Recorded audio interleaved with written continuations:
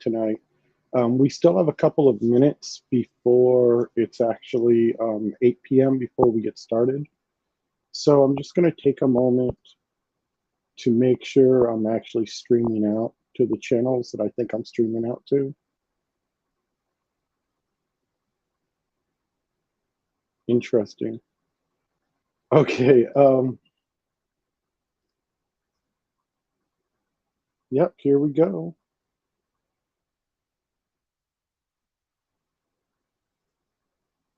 Oh, look at that. All right. So hopefully that'll make me a little bit better heard. And let's check out Facebook real quick. See what's going on. Perfect. Facebook is looking good. Oh, wow. People are mentioning me in comments. Neat. Okay. All right. All right. All right. Oh, crap. I need to turn that off.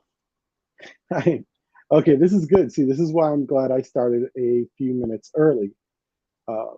Mainly because I noticed some things that I need to correct before we get involved. Oh, wait. Maybe I don't have to turn this off. I can just turn off my, what you call it, the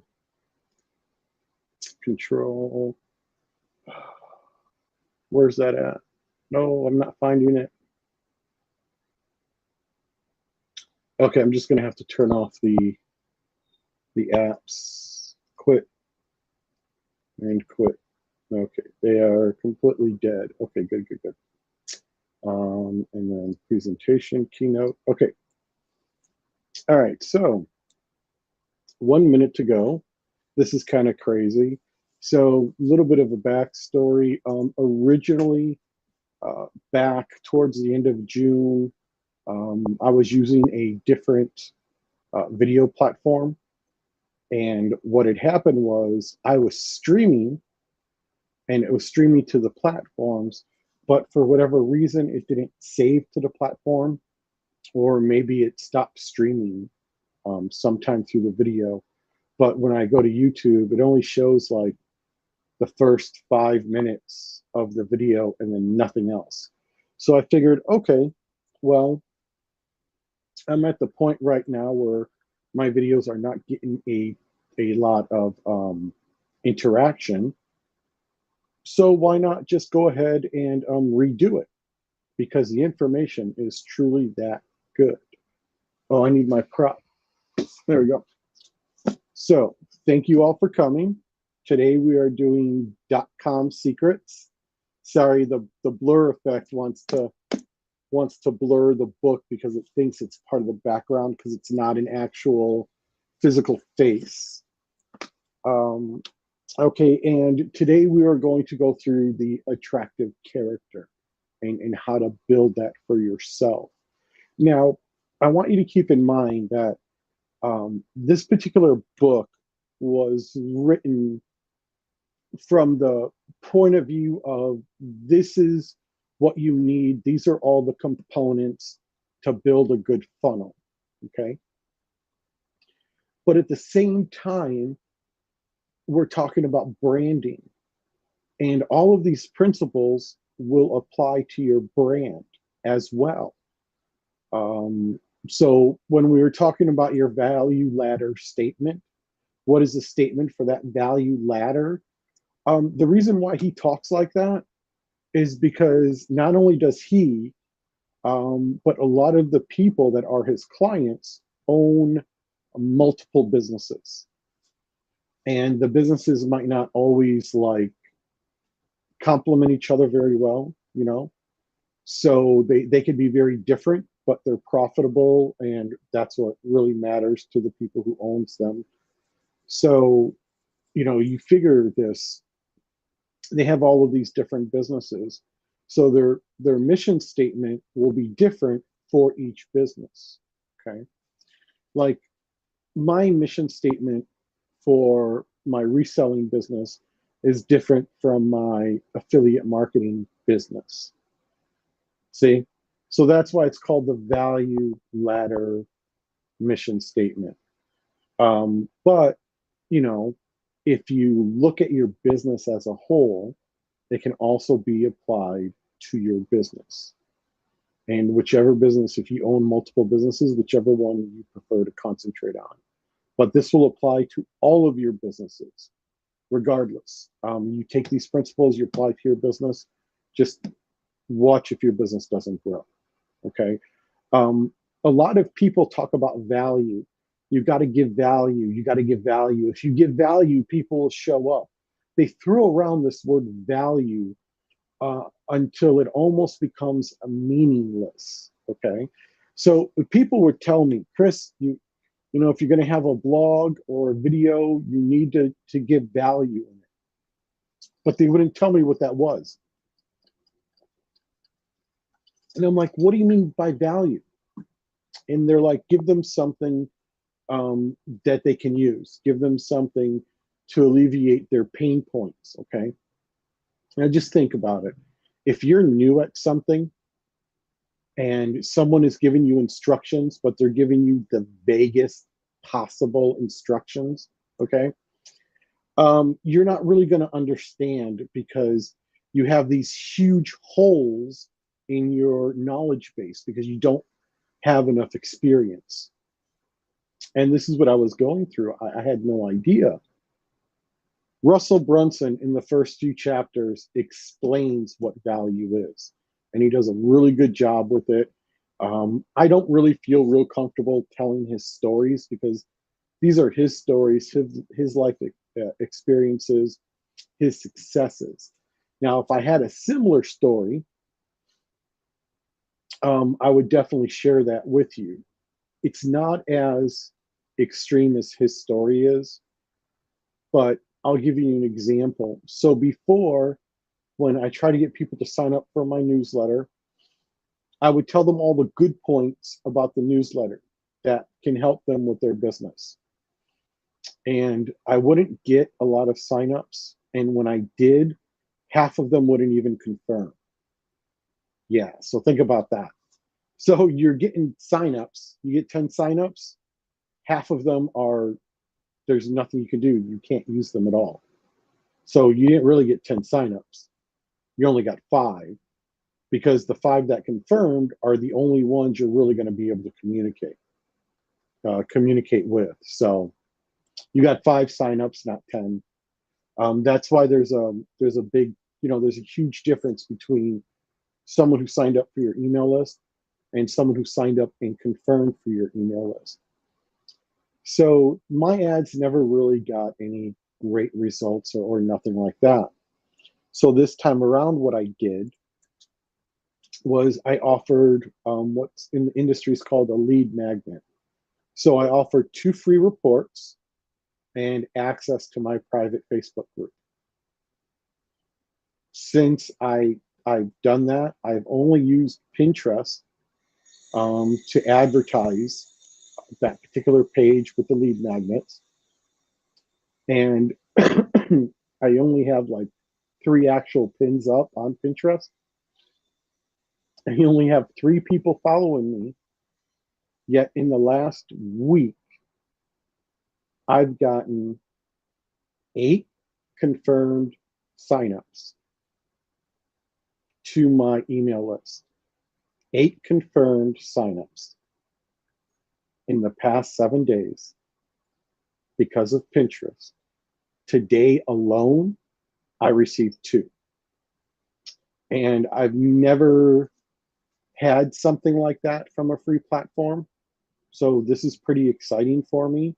And I can see that if I scale up my Pinterest activity, my numbers are also going to scale up with my activity.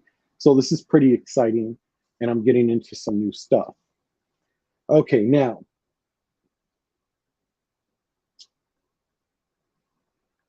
that's it. I just thought, it's been a while. Let's do some catch up. And I'm going to leave it there at that for right now because we're 7 minutes into this and I'm running out of time. I like to keep these short and sweet. It's hard to do sometimes.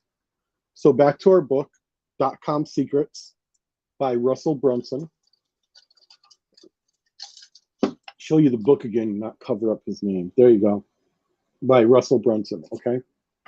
I believe, you know, this book is well worth the retail price of $26.99. In the description, I have a link where you could get the book just for the price of shipping. I think the shipping is only $9 or $10. But the cool thing is, it doesn't ship media mail, so it's not going to take 2 weeks to get to you. It's only going to take a few days because it's shipped UPS. So that's pretty awesome. It's a wonderful hardcover book, great to hold in your hand, easy to see, good print. So I highly recommend getting this book and reading it cover to cover and taking notes as you read it. And definitely when you're going through the book, sit in on, you know, classes like this. Live streams are great because you can ask questions.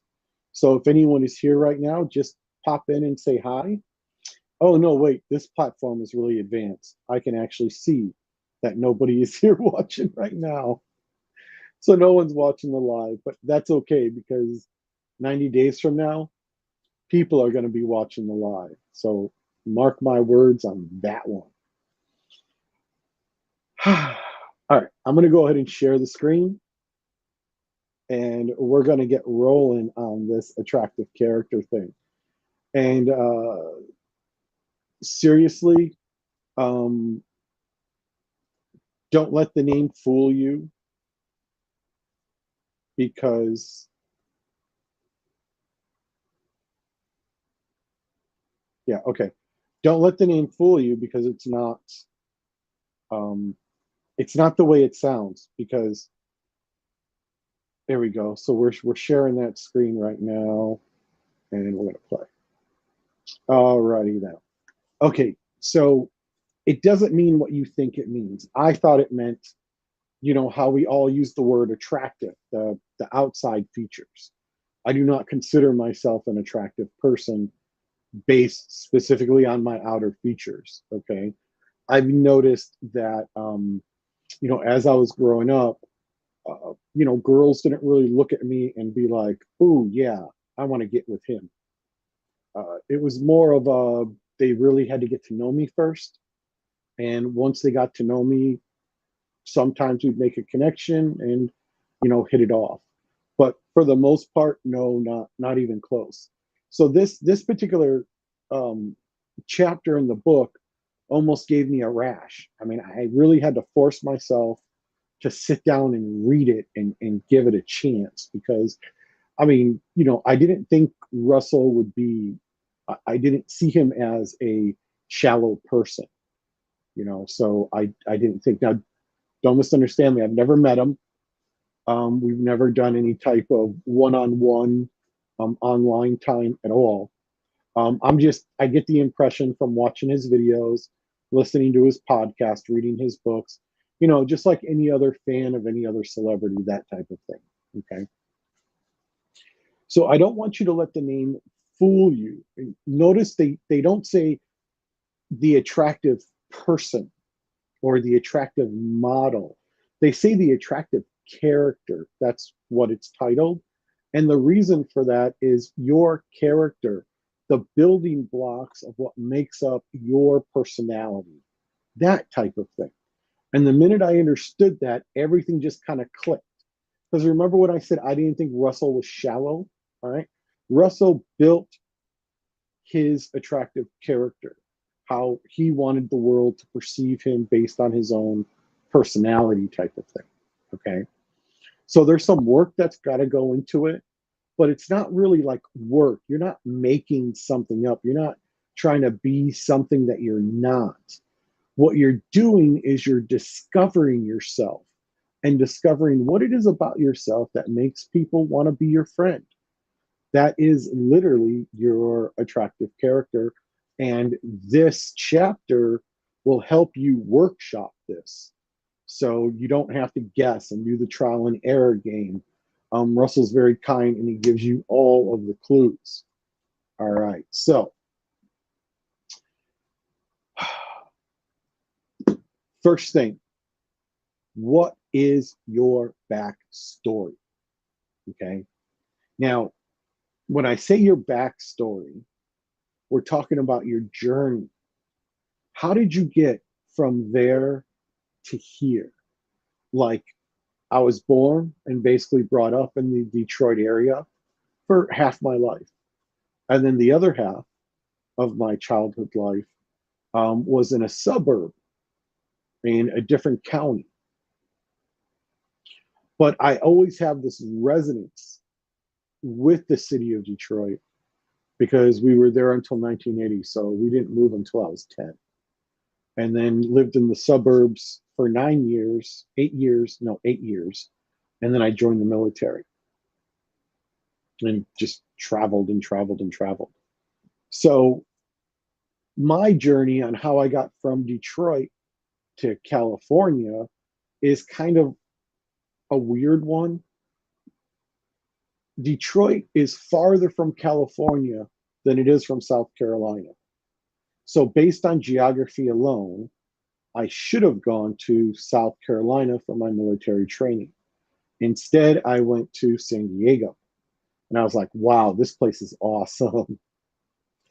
So anytime I got to choose duty station, I would try to come back to the Southern California area just because I really like it a lot. So of course, when I got out of the military, I did some traveling, even went up through Canada a little while, and then came down through Colorado, and then just made a straight shot for Washington, stayed Washington for a while, and then came back down to California again. That's a journey.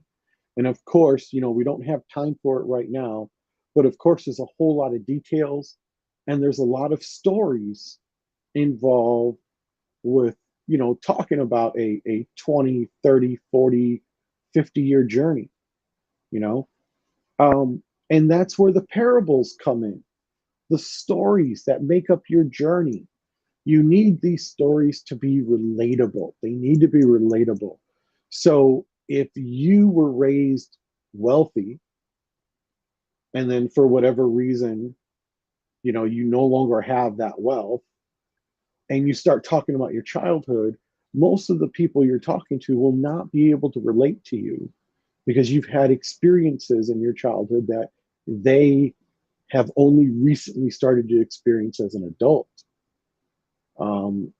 So things of that nature would make it very hard for people to relate to you. However, that doesn't apply cross culturally.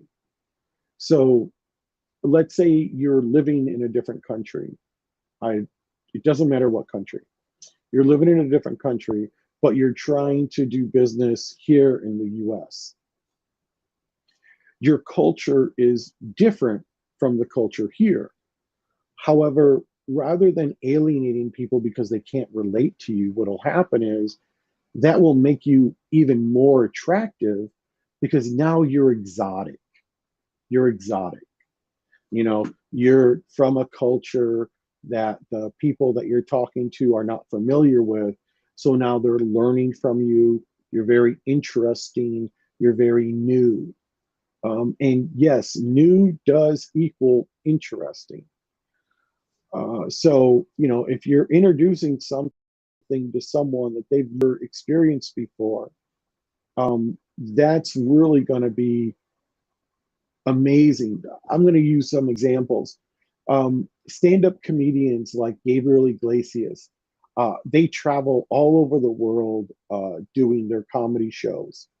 Now, Gabriel and a few others will tell stories about their travels and the differences in the culture and how some of their preconceived notions were completely wrong, and they discovered new adventures and all this other great stuff, and they make it funny too, so everyone laughs, ha ha ha. Gabriel Iglesias talks about going to Hawaii and just the differences in language. So Hawaii is technically a part of the United States, but the native Hawaiian and island Pacific people, their culture is very different from the culture of the people of the mainland US. So different, in fact, that, yeah, they speak English, like born speaking English. However, their idioms are very, very different. So they'll use certain phrases, and you might not even know what the phrases mean because it's hard unless you just apply it contextually. You know, like you ask someone if they want to go to a restaurant, and they go, shoots. Wow, that doesn't sound like a yes. It doesn't sound like a no.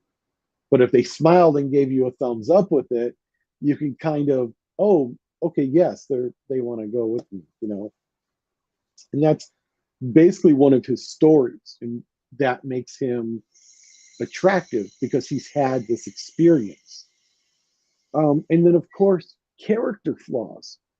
Oh my gosh, character flaws are amazing to get people to relate to you, especially if you're trying to correct a character flaw, like smoking. Let's say you're a habitual smoker and your doctor and family and friends are telling you to quit, quit, quit, and you start sharing your quitting experience with the world.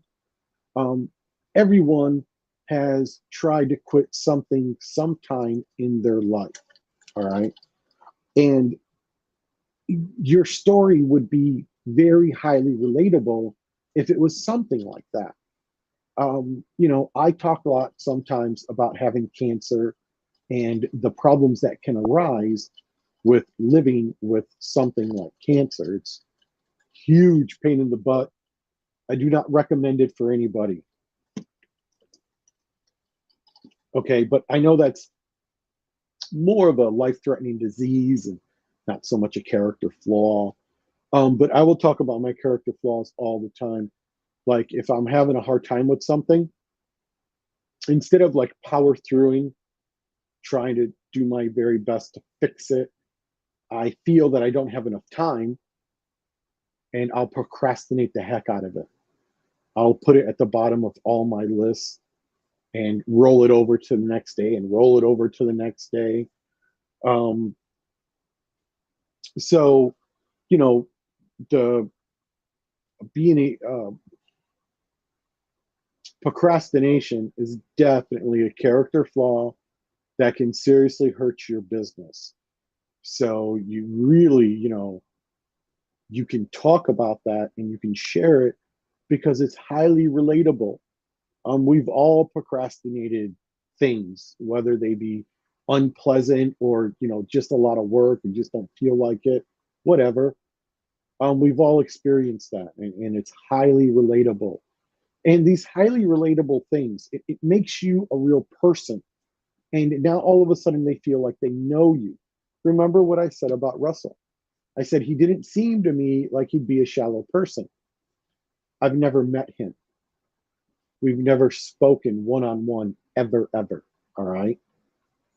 I've watched his videos, I listened to his podcasts.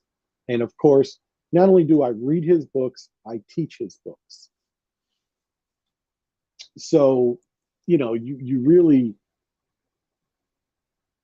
you kind of think you know this person. And what's going to happen is your audience, the people, your audience. Remember when we did our, like last month, maybe the month before last, but remember when we did our ideal client, our ideal customer? You just think about it from that point of view. You already know who your ideal customer is. You're building an audience of your ideal customers. And I'm not saying, you know, you don't deal with anybody else. It's just when you're talking to an audience, your ideal customers are specifically the people you are addressing. For instance, Kim Ward, okay? She is just excellent at everything. But her specialty is Pinterest. She's like the Pinterest queen. She's the one who's teaching me about Pinterest.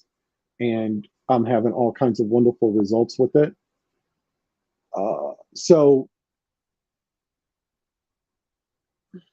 sorry guys, I lost my train of thought completely.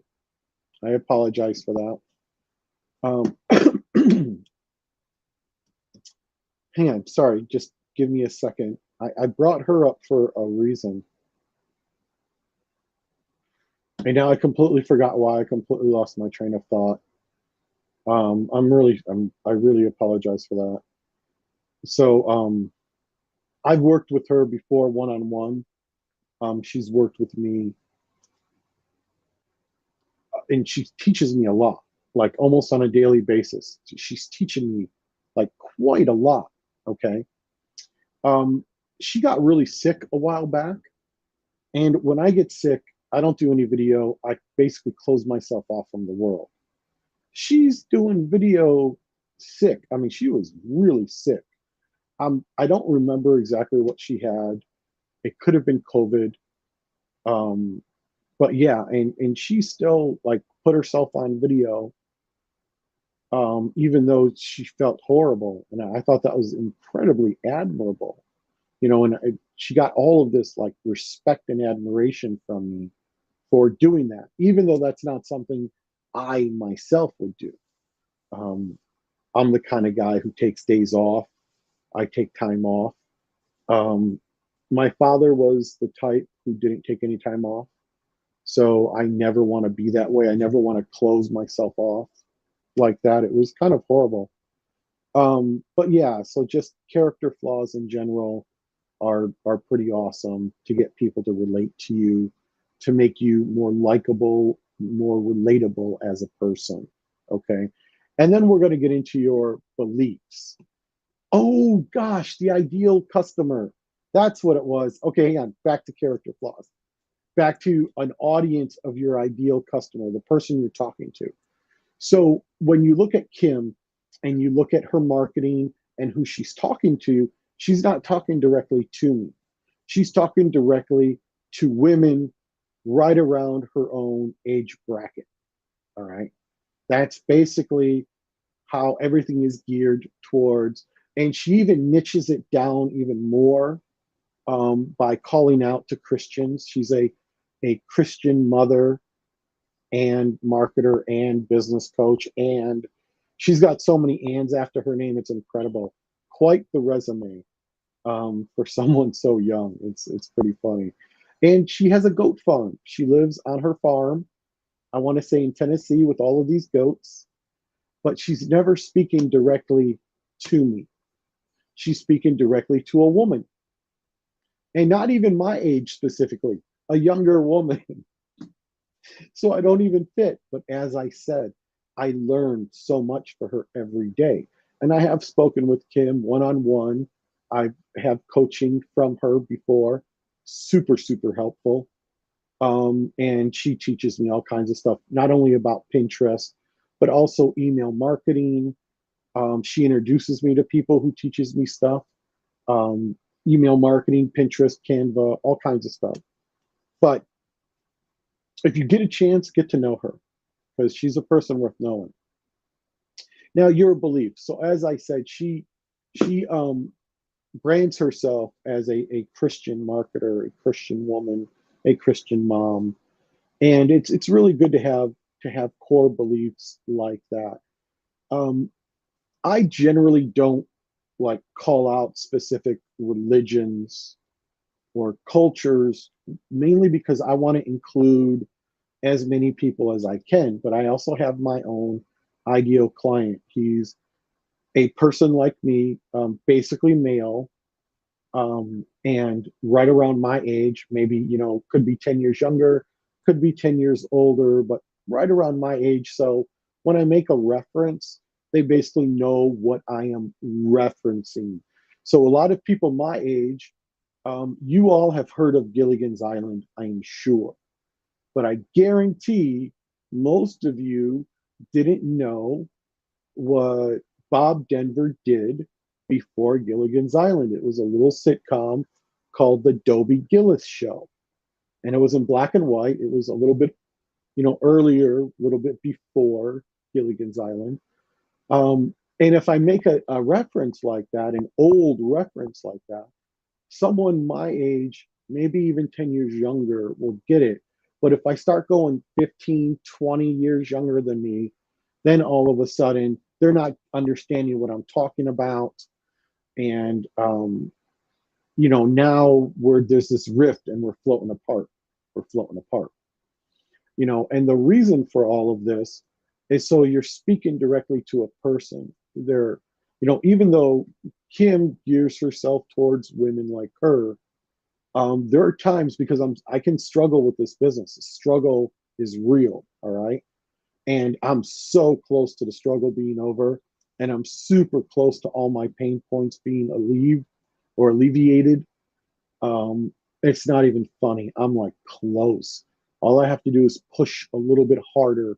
And you guys are going to be here for that because, of course, this is part of my journey and I'm going to share it. All right. So, your beliefs, it's okay to share your beliefs. Just don't try to get militant with it because you're going to end up alienating a lot of people. You don't want to be judgmental. You don't want to say, well, you should really be this way or you should really be a part of this, because you're going to alienate people. And instead of having, more and more people come to you, you're going to have less and less and less, and then people are going to start leaving you.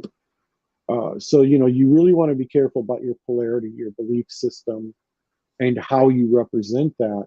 But at the same time, if you do it properly, it will attract a lot of people to you. Not only attract them, but of course, your polarity lines up with their polarity, and now it's almost like your family. So, it could be a good thing. You just you got to massage it, you got to finesse it. You can't just be all blurty and start preaching brimstone and hellfire because, you know, it's, yeah, let's just move on from that, okay? So let's talk about your identity, the identity of your attractive character, okay? So, leader, are you a leader? Are you an adventurer? Are you a reporter? Are you a reluctant hero? All right, so let's talk about the leader first, okay? So, do you naturally lead people? If you're in a group, do you naturally just kind of take the lead? Because if you do, then doggone it, you're a leader. Um, an adventurer is someone who enjoys taking risks. Okay. So keep that in mind. An adventurer is someone who enjoys taking risks. A reporter is someone who enjoys teaching. They enjoy sharing information, enjoy giving you the 411, the what's up, the straight shooter. That's the reporter. And the reluctant hero is the person who does what he does, but not because they're trying to do this.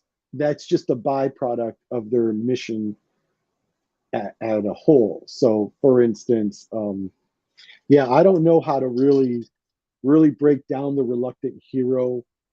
I'm going to have to go through the book and read that a couple more times, which is another reason why I highly recommend you get in the book. Now, most of us, we are not 100% one of these four things. A lot of us are kind of a combination of one of these four things. Like I'm a combination leader, adventurer, reporter. I am not a reluctant hero. I'm not reluctant at all. If I have an opportunity to help someone, I'm going to jump in and dive in just to help them, just to be helpful. And I do it all the time. I try to do it a lot in the groups and the social messenger groups I'm a part of.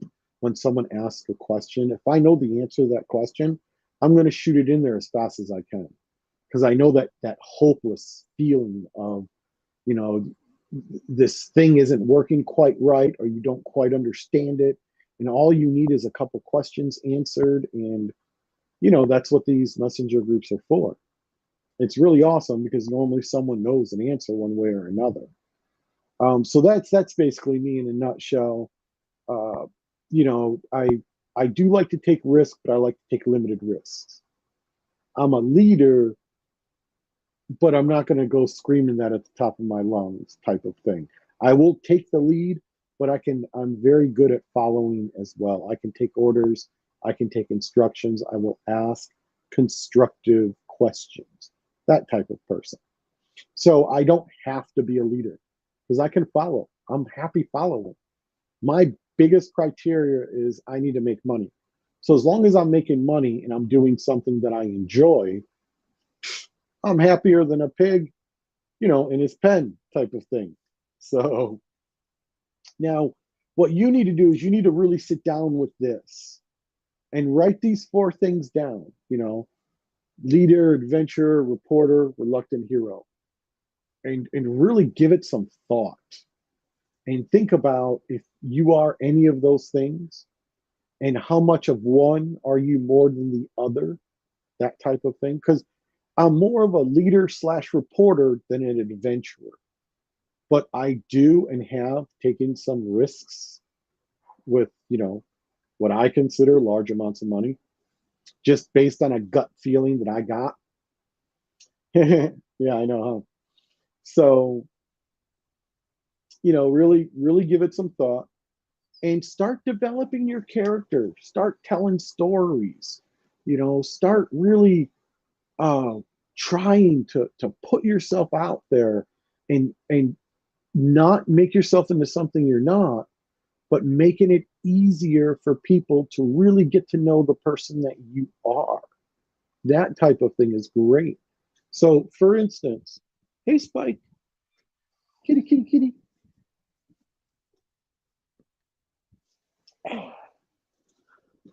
Oh, okay. So, let me close this. Let me see if you guys can see. He's getting squirrely. Mm. So, this is Spike. Hey, Spike, say hi to the camera. Okay. I really should have turned off screen sharing first. You're a good kitty. Oh, Spike is a good sport. I just got a weird cramp. Oh, that is the worst. I got to tell you that is the worst part of this whole cancer thing is you get these like weird cramps and aches and pains and these odd medical problems due to complications because chemotherapy and radiation just ravage your body. It just ravages it. And I don't mean that in a good, sexy way. I mean that in a horrible, you know, a bunch of lions tearing apart a buffalo type of thing. That type of like it does all kinds of horrible things to the body and it causes complications later on. But, what was the alternative? Death? You got to do what you got to do type of thing. But that was Spike. And I really wanted to show you more of a show, but I needed to turn that thing off and everything else. So we're basically done here on this. So all the rest of the week, so tomorrow's Thursday, Friday, and Saturday, I'm going to be doing live trainings at 8 p.m. Eastern time. So, hopefully I will, start building up a little bit more of an audience and a little bit more of an audience. And I will start promoting this more frequently, not just in Facebook, but also in Pinterest as well. So I'm going to go ahead and say goodnight to everyone. I want to, thank you. Even after the live, if you're just sitting here and you're watching the video, thank you so much for watching the video. Please, if you find this information interesting or valuable at all, go ahead and like, subscribe, share. I appreciate all that stuff. All right. Have a good night, everyone. We'll see you again tomorrow at 8 p.m. And also Friday, we're doing the 7 something of a funnel. The 7 phases of a funnel. I'm sorry, y'all. I've been up since 4 o'clock in the morning. So this is like my 13th and a half hour of working. And I'm a little bit punchy at this point. I get punchy um, when I work these long days. But quite honestly, I'm having such a darn good time. It doesn't even feel like work. It really doesn't. I mean, every day that goes by, I learn something new and exciting. Every day that goes by, I improve my business just a little bit more. And as I said, I am so close to cracking this internet traffic thing, because that's everyone's biggest pain point. Because I'll tell you right bloody now, the product doesn't matter. The product, you could be giving away everlasting life. If you don't do it right, you're not hardly going to get any interested people in it. Okay. The process of how you're promoting, the process of how you're branding yourself, these things are much more important. And I noticed this. It didn't matter how awesome my product was. I didn't know how to generate internet traffic. I didn't know how to promote things on the internet. Heck, I knew how to look up keywords, but I was still looking up individual keywords rather than long tail keywords. And there you go. There's a free nugget for tonight that was unadvertised. If you use long tailed keywords and not only your title, but also the body of text on whatever you're describing on any social media platform, your post will do much better than if you don't use good long tail keywords. So we're going to get into all to that. We're going to get into that later. I just wanted to give you a preview of what's coming up and how we're killing this thing. It's just awesome. Anyway, I just want to bid everyone a good night, let you all know that I'm happy, so freaking happy, and I'm really happy to know all of you as well. Also, if you want to work with me, just reach out. Just reach out, give me a comment, let me know, and I will work with you. If you're in a different country, though, the time zones might be killer because I don't have 100% uptime. There's lots of times where I'm really sick. I'm not going to get out of bed. And I can't even concentrate. I can barely stitch 2 words together, or I get really vomity, very um, nauseated like that. And when you're nauseous like that, if you talk, just the act of simple talking or regular conversation can make you just want to vomit all over the place. So I'm sorry, I'm not trying to be gross. I'm just letting you know that I do have literal physical limitations that will make some scheduling kind of difficult, but I'm trying to figure out how to get all that stuff worked out. And if you're in a country with limited bandwidth, uh, I'm also trying to get that worked out as well. So bear with me. Um, but yeah, I want to work with you. And it's pretty cool because there's lots of perks. Um, and I give away blogs. You know, I'll just build a blog. Someone I want to thank them, for their, working with me and stuff like that. We're doing well together. Boom, blog. Seriously, I have a couple of programs. If you sign up for 1 or 2 of them, you get a blog and other stuff as well. So I like doing that stuff. I like teaching. I like sharing. It's all really cool. I do have a hard time ending conversations and saying goodbye. So I apologize for that.